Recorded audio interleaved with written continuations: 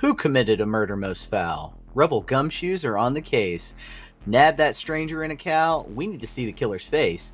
The rebels are back for Karlov Manor to speak of the meta with much candor. It only matters if it ladders. Comment below as we walk through the Week 1 recap of Karlov Manor Standard.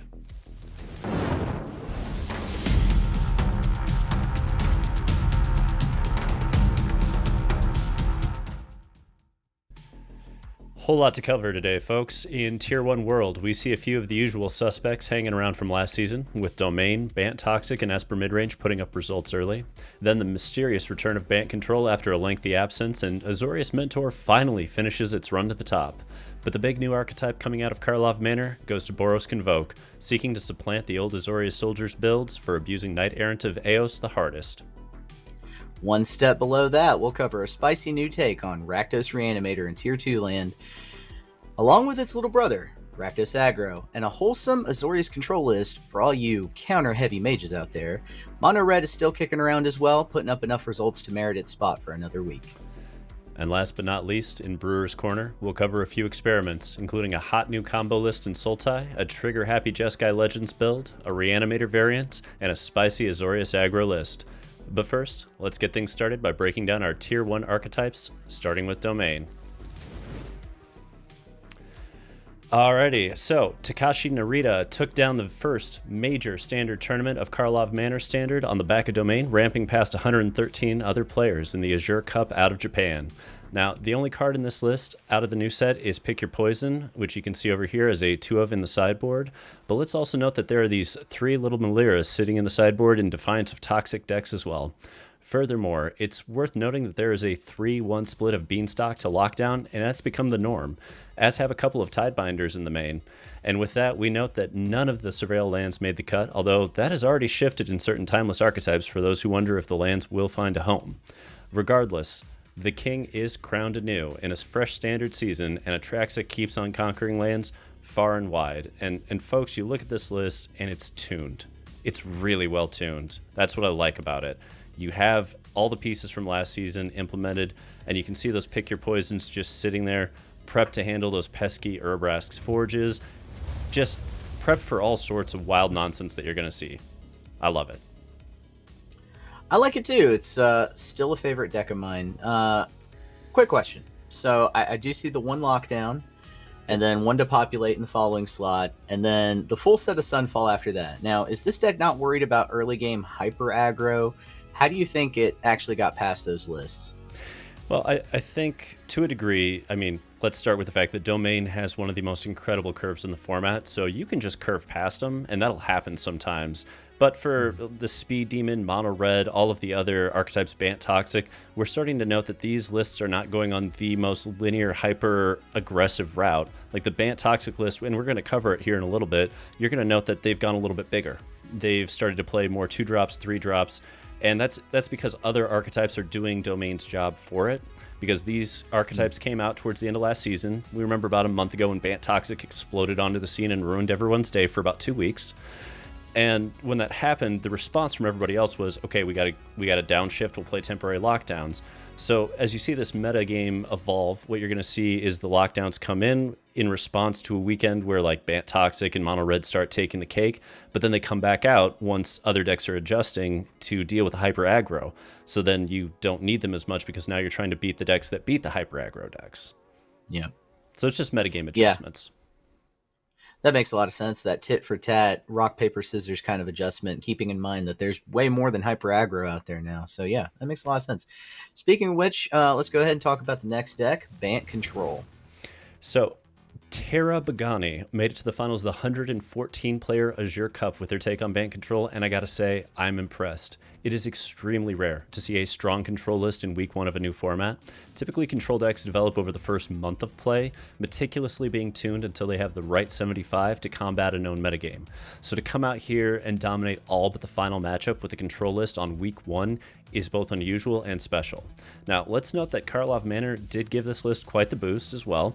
Ezram Agency Chief, seen right here, this beauty right here, gives you a mixture of Baneslayer and Hexproof effects that allows that shift between containing aggression and immunity from removal. Second, This 2 copies of No More Lies, it's a strong upgrade from having to run that full play set of Syncopates, and allows a little bit more flexibility in the early game. And lastly, let's note that there's that copy of Doorkeeper Thrall sitting in the sideboard, and it has way more applications than you would think, acting as a mini Tidebinder in many ways and pushing out decks with too many ETB effects.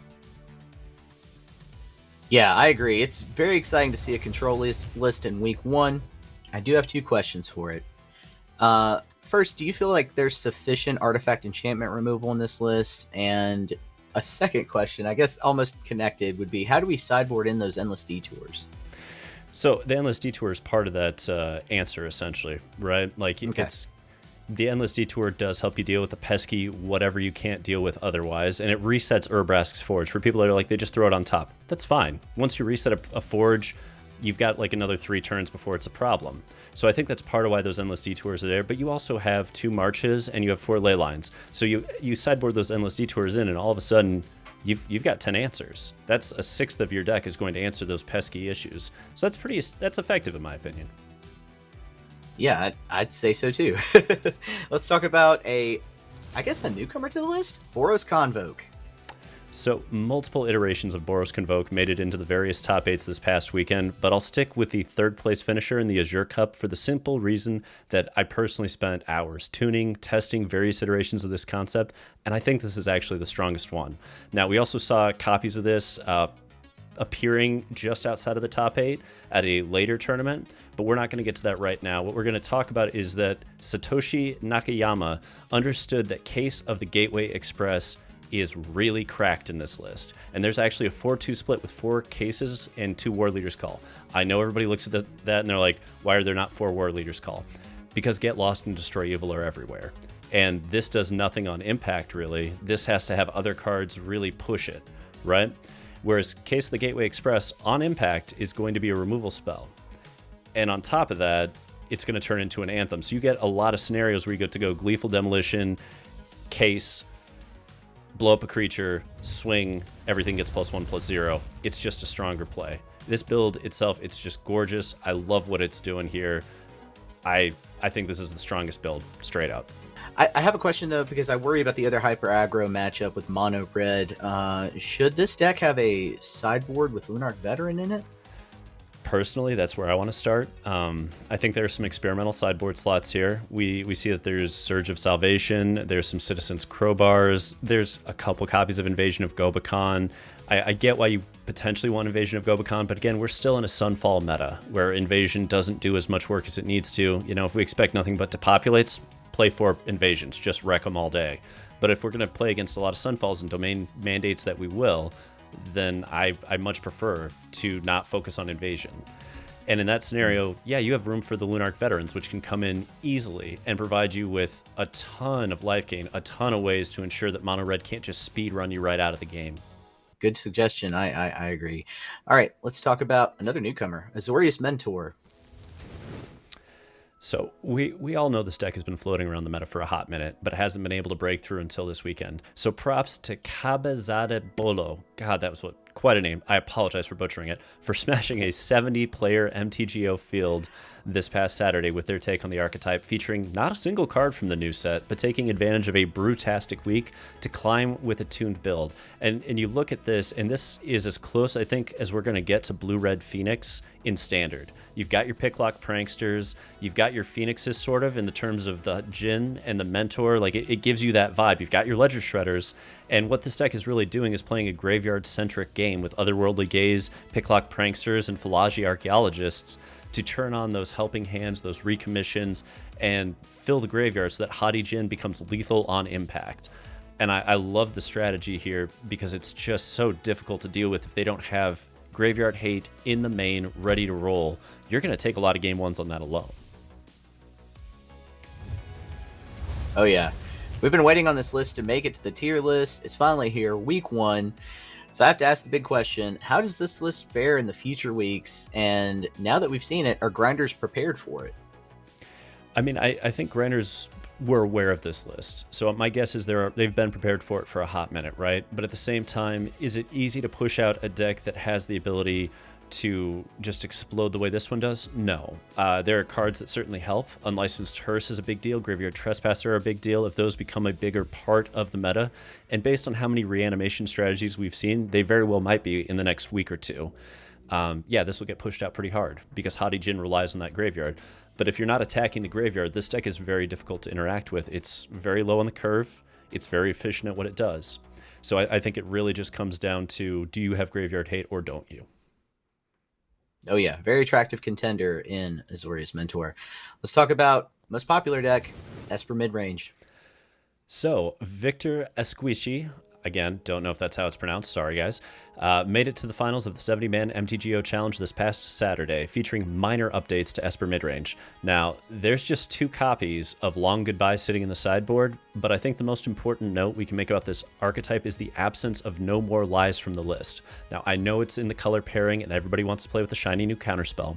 However, given the strict color requirements in a mana base that already runs pretty tight, I think we can all see the logic behind excluding it from Esper Mid moving forward. And let's also note that Esper Mid pushes the token strategy pretty heavily, which only serves to improve the position that Make Disappear is stronger here. Regardless, there isn't going to be much in the way of innovation here, just a really strong list paired with a strong pilot, smashing through the world of Boros Aggro on the back of those 3 temporary lockdowns, which, let's face it, will be the end of Toxic in the tiered world as well if we're not careful. Oh yeah. Oh yeah. I just really want to remind our viewers that Esper Midrange currently sitting at about 15%, depending on who you ask, as far as usage among arena players, according to multiple deck trackers and analytics.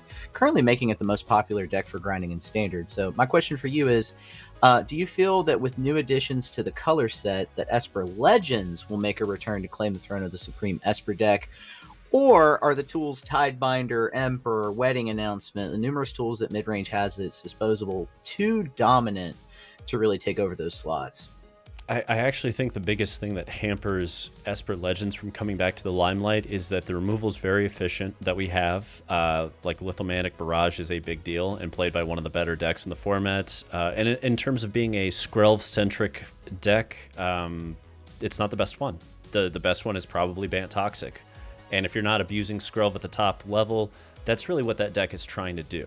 You know, like it's trying to get you on that Skrelv, Thalia, Rafine, Shelly curve out whenever possible. And when it does that curve, it feels unbeatable, but you're not going to hit that every time. And very few decks are punished as heavily as Esper Legends is for stumbling, because that is a deck that does not have a ton of interaction. It's trying to run you the hell over. And if it can't do that, it falters. And when you falter, it's a big problem for that deck. It does not recover well. All right. Thank you for the analysis. So you talked about Toxic. Talk to us about Bant Toxic. So Bant Toxic was not even included in this list until this morning when we got the results of yesterday, and it swept a 202-player 8-slot RCQ in Denver, Colorado this past Sunday under the hands of Rob T6. Now, this list is far from your typical Toxic list. It features 2 copies of Infectious Bite and 3 copies of Tainted Observer in the main board, along with a playset of Slaughter Singer and 2 Bloated Contaminators. There's even a Staff of Completion on the sideboard to grind out proliferation triggers every turn and gain inevitability against anything grindy. Now, this creature-centric build seems like it'll struggle a bit more against Sunfall, but it is designed to push back against the other aggro and mid-range list by going a bit bigger and a bit grindier. And I love what this is trying to do, Max. Like, this is acknowledging temporary lockdowns in the format, and it is a problem. So it's saying, what if we just play these Tainted Observers and these Bloated Contaminators? We go just one more step up the curve, and now when we play our 1-drops, we can proliferate for 2 extra mana. And now when, like, Skrelv's Hive triggers every turn, Skrelv's Hive plus Tainted Observers, quite the wombo combo, and it just it has more interaction. Those Tyvar stands are also saying we're not going to let you just get away with regular Wraths, and March of Swirling Mist says we're not going to let you get away with the irregular ones either. Like, this is just a difficult list to interact with, and I love it. Yeah, beware, the mites are evolving. So I have to ask for the viewers at home, what is the actual purpose of going bigger with Toxic, and do you think it's an effective strategy for the meta? I mean, at the end of the day, it won. You know what I mean?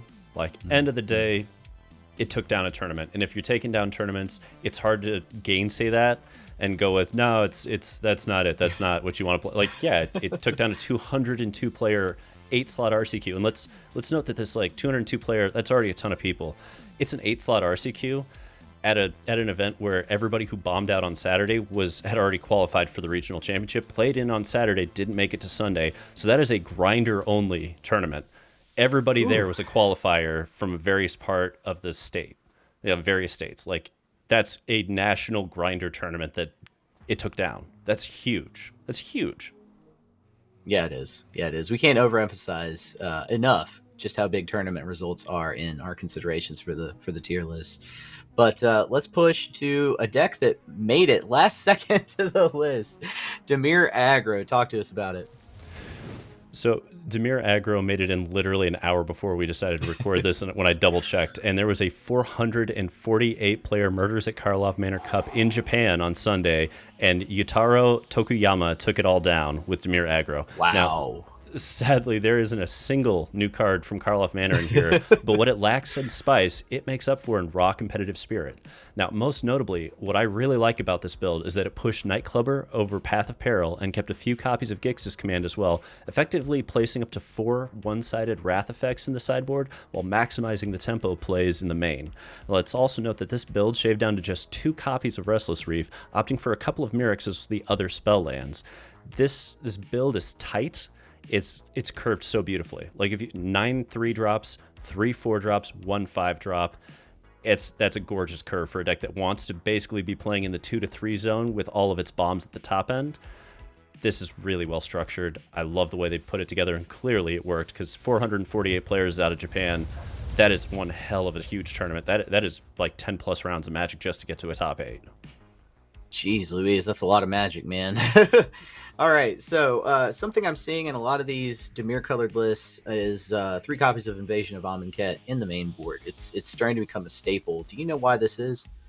Yeah, so I think Invasion of Amonkhet is actually a really clever workaround to we don't play sticky threats. We're playing more for tempo. And Invasion of Amonkhet basically says, okay, but as long as we can either mill or kill a decent sticky threat, we're just going to get it ourselves. So you play the expensive shit, we'll steal it. And so it really follows under that line of logic of, okay, we can get a little card advantage, like you discard, we draw, we both mill. But when it flips, sometimes you're getting an Atraxa. You know what I mean? You're just like countering Atraxa, flipping Amonkhet, getting Atraxa. That's not a small thing. It allows you to sort of play your opponent's game plan, but with more tempo than they're going to have, which is necessary in some matchups where you really don't have the value to grind them out. But you don't have to if you can just grab their best sticky threat and push. Okay, that makes a ton of sense. Let's, all right, that does it for Tier 1. Wow, Tier 1 packed with a lot of really great contenders. Let's drop down into Tier 2 and see what's left, starting with Rakdos Reanimator. So, congratulations to Gaunt V, or Gaunt TV, however you want to say that, for their semifinal finish in the Azure Cup this past weekend using Rakdos Reanimator. Some things to note here. Illicit Masquerade is acting as a pseudo-recurring nightmare, for those that recall that, in this list, and Case of the Stash Skeleton is extremely well positioned here as well, giving you, of course, the demonic tutor vibes, while giving your opponent an awkward early game to contend with by combining Menace and Gix to push card advantage and tempo. Now, I've seen some lists use bargain effects to get rid of the skeleton to open up the tutor effect, but in this deck, there's really no need, since there are plenty of things to do on curve to bring out what you really want to do, which is a Carnosaur early. I want to use this deck's sideboard to also proclaim here and now the return of Graveyard Trespasser and Unlicensed Hearse to the meta, especially due to all the graveyard play we're seeing become widespread with the set's new mechanics such as Collect Evidence. We're starting to see Unlicensed Hearse especially, and Lord Skitter as well as in there, become an important part of the meta.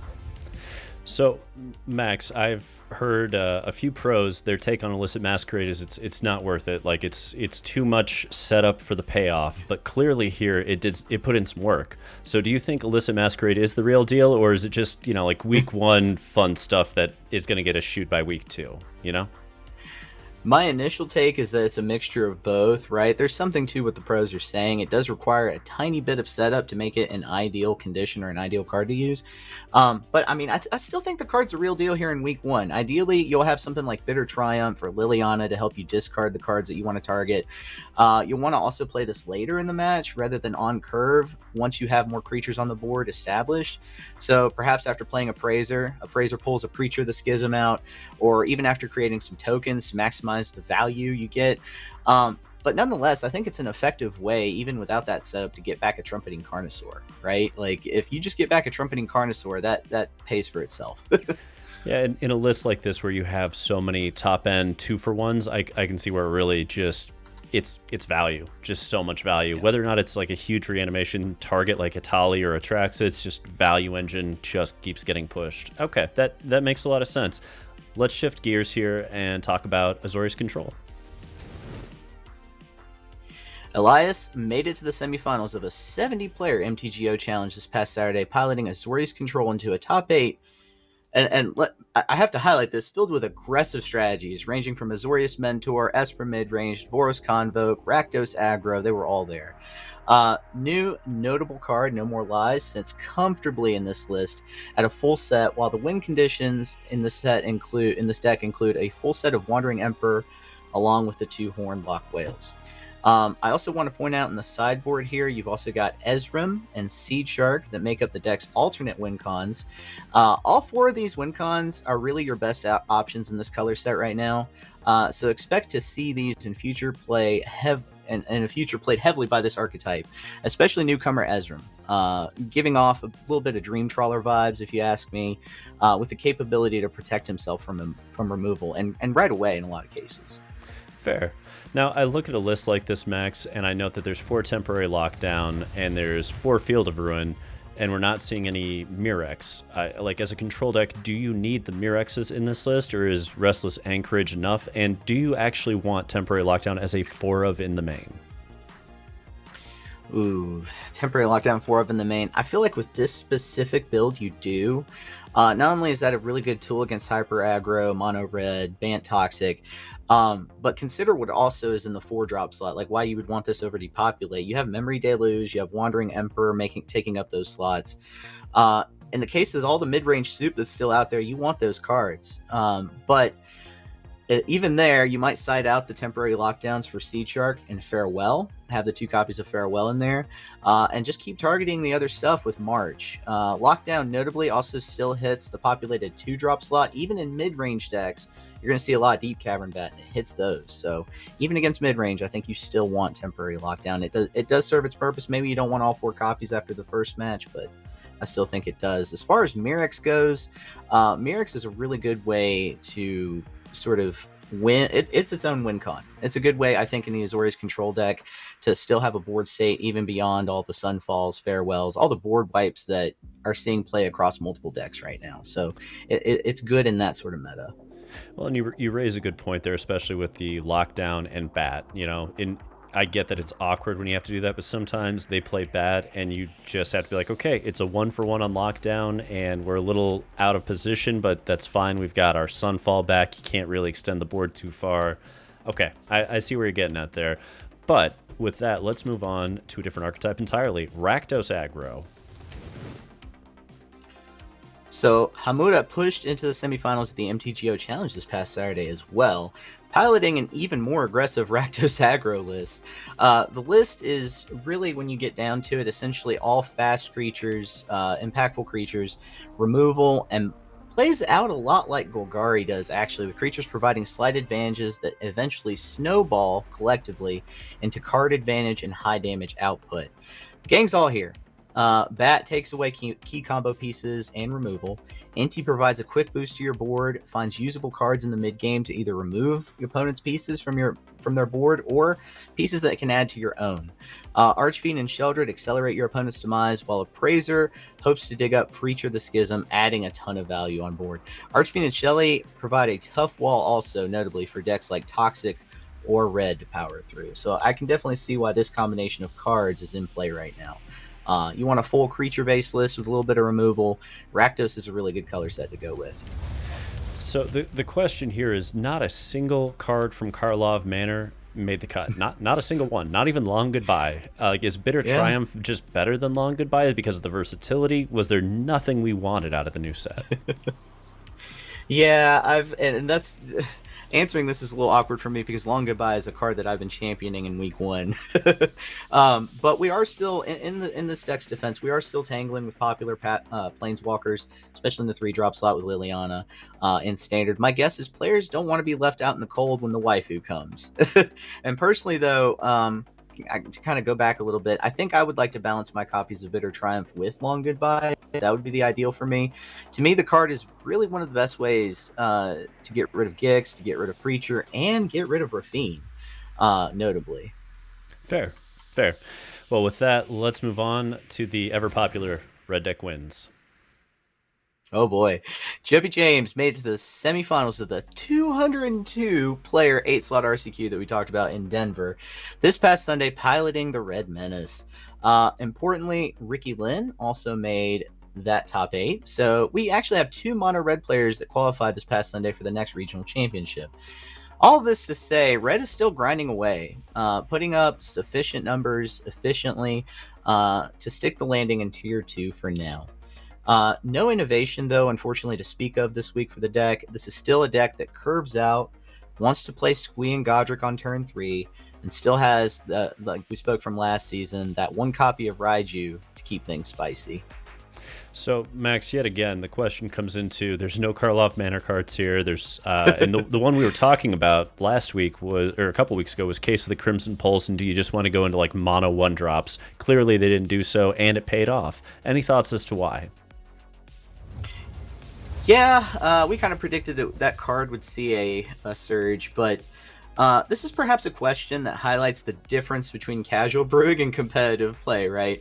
Mono Red knows what it wants to do and attempts to curve out to get there. The 3-drop cards that the case would have to basically compete with in that slot are really just more of a sure thing in a deck that gambles cycle after cycle about being the one deck that is a sure thing. So we may see the build of Mono Red that actually uses the case and seeks out card advantage, extending its ability to burn the opponent beyond turns 3 and 4. But my guess is Red pilots are content right now seeking the path of least resistance. That's fair. And with that, we're going to move on to my favorite segment every week, Brewer's Corner. Let's kick things off and have a little bit of fun here with Sultai Roots. So this is the new combo deck. If you haven't seen it, welcome to it. The idea of it is that you use Insidious Roots here to just ramp your way into a massive board presence, because you have a lot of ways to have cards leave your graveyard. Let's note that you have these 4 Rubble Belt Mavericks that exile for a single green mana to put a +1/+1 counter, while also giving a 0/1 plant token if this is in play, and then putting a +1/+1 counter on all the plant tokens. If this deck gets moving, it loops Colossal Sky Turtles and Urborg Repossessions.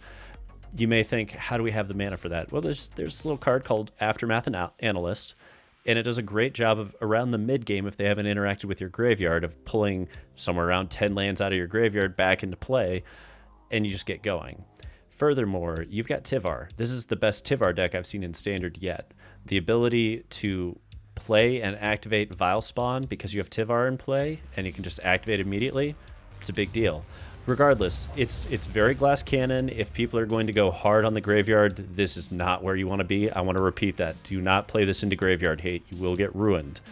But if that's not where they're at, it's really, really powerful. So it's got some merit to it. Credit to Young Toast, who 5-0'd a Standard League on Moto with it. Hell of an idea. Yeah, somebody's going to have to crack this card, and I'm glad that Brewers are taking that on. I liked Insidious Roots when I first saw it, so yeah. But I have a deck for us, Azorius Aggro. Let's go ahead and talk about it. Credit to Henry H. of the Rebellion Discord for this list in particular. Azorius Aggro, this list makes use of the fact that you get artifacts and tokens created by your 1-drop creatures.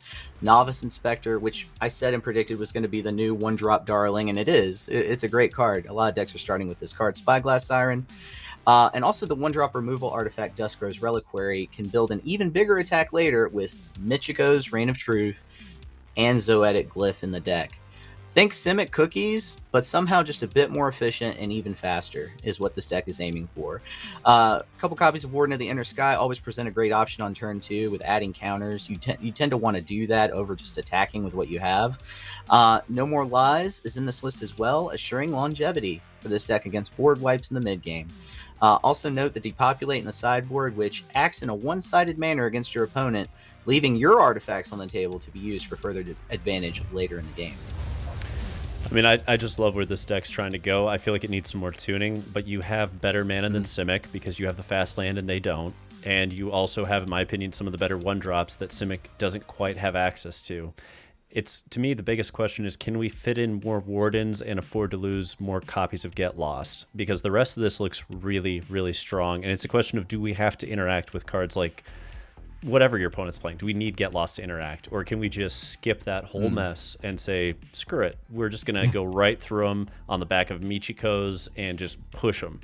Just push them around. I don't know, but it's an interesting archetype, and it's one that's worth exploring as we move forward. That said, I think so too. We got a spicy one here with Jeskai Legends. So, Max, I know we were talking about Esper Legends. Will it return? In the meantime, credit to CVD MTG of the MTG Rebellion Discord for pulling together this wild list. I tried it, and I'm going to put it out there.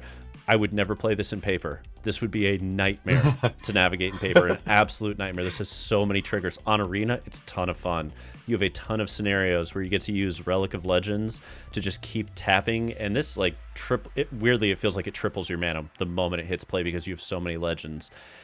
But it's just kind of wild because Delny lets you get those double triggers. So all of a sudden, you know, you're getting double Inti triggers, you're getting double Pia triggers, you're getting double Rona trigger. Like, you are getting so many triggers. It's amazing. Aruth in particular is kind of nuts with Delny because all of a sudden you're going to exile 4 cards from the top of your library every turn. You're ancestral plussing at that point. So you can get kind of nuts with a list like this. The hard part is it doesn't feel like it's ramping into one particular strategy. It feels like it's just kind of weak to wrath effects. But yeah, with some tuning, I feel like you could mitigate pieces of that. You could mess around and shift some different pieces. It's an interesting idea. It just needs some tuning, I think. Yeah, and that's very typical for a week 1 bruise, but I feel like this one's going to stick around for a little while. We'll see. But we have another one from a fan favorite, Athena the Bun, always coming up with brews. This one's Jund Reanimator.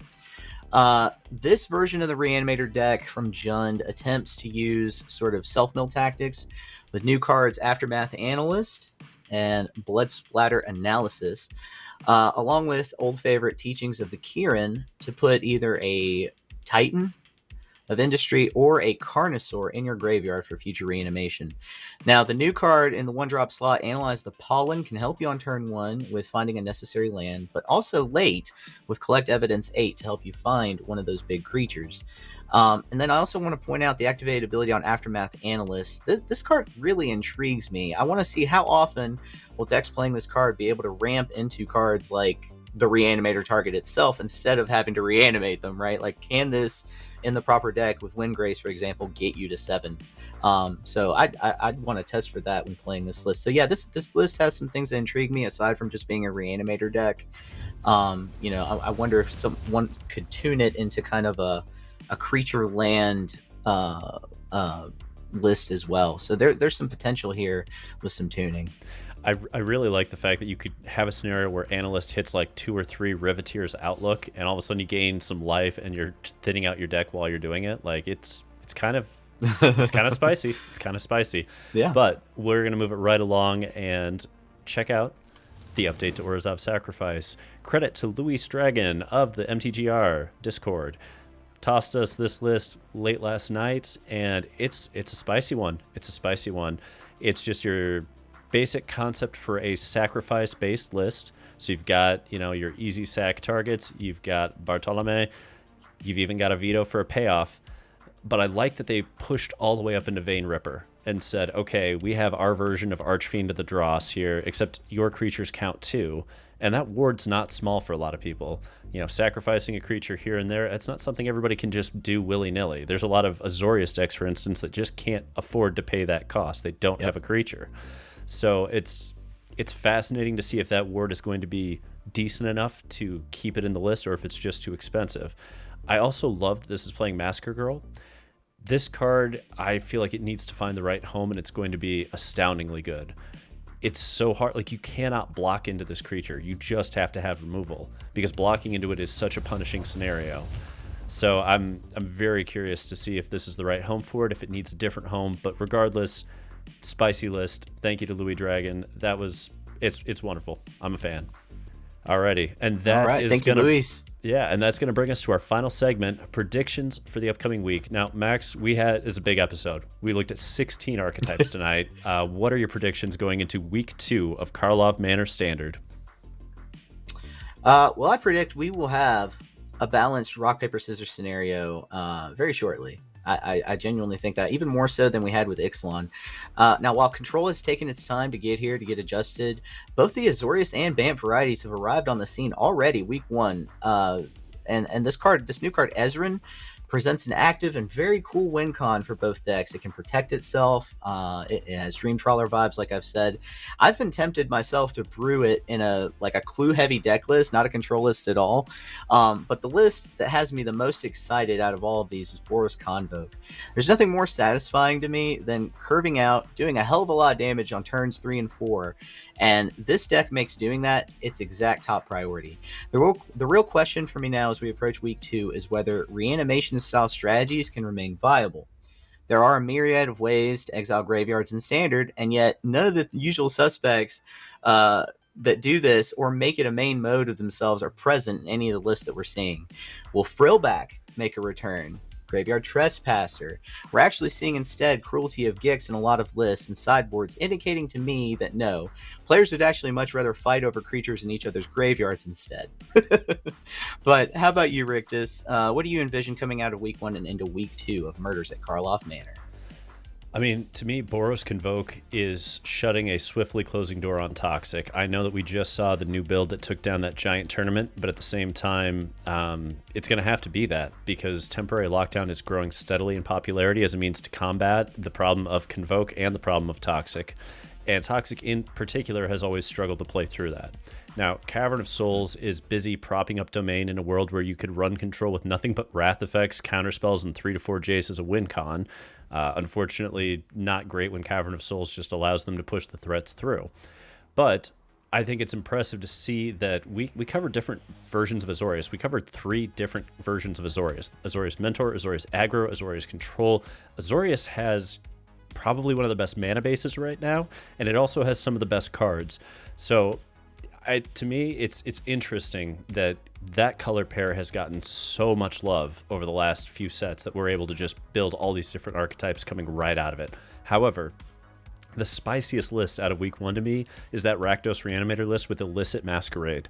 Now, I haven't had a chance to personally test this out, but I am stoked to see if it's as good as it looks.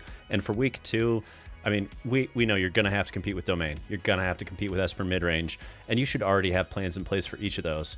The new contender is going to be Boros Convoke, but most anti-hyper aggro plans will suffice there as well. The real question to me is whether Control can play past Beanstalks and Caverns, and if so, which iteration of Control is going to emerge at the top of the heap. So stay tuned as we continue to delve deeper into the Murder Manor. Oh yeah, and be sure to subscribe. Turn on all notifications for our premieres when they go live, typically Wednesday at noon.